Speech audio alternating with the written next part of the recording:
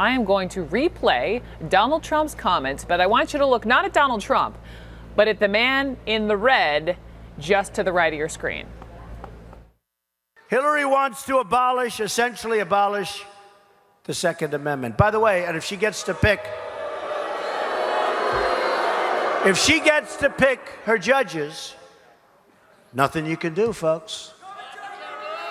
Although the Second Amendment people, maybe there is, I don't know. But the world watched your jaw drop. I want you to tell me what were you thinking? Well, I was thinking exactly what I said to my neighbor, Connie, and that was, I can't believe he said it. The media will have a field day with this one. I was just absolutely taken aghast.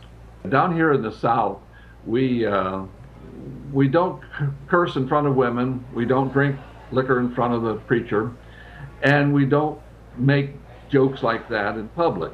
Now, we may do things in private, we may go to the shed and drink some moonshine or something like that, but we would have taken Mr. Trump to the shed and said, don't say things like that because people will misconstrue it.